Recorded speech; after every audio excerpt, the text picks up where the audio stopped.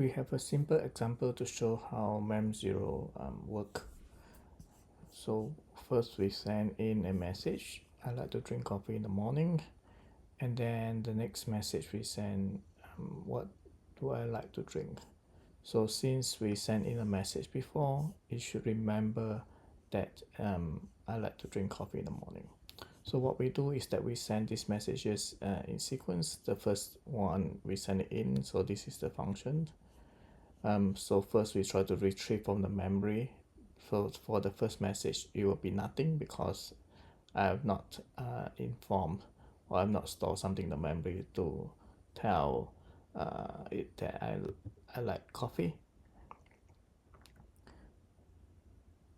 Then the next thing will be sending it to the LRM and then retrieve the response, and then I store it in the memory. So since I store in the memory, the second message will actually get the response. So let's run it.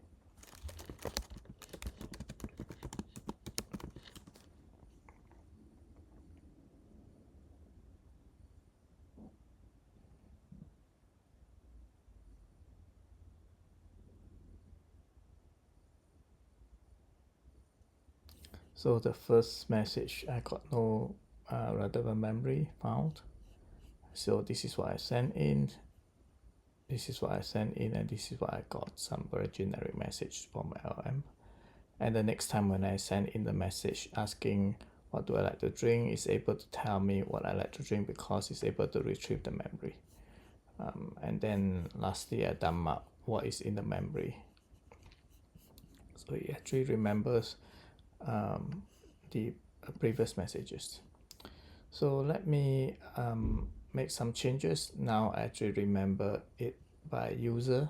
So maybe I can actually, when I capture the memory, I can say agent ID equal to Azure mem0. So I remember this.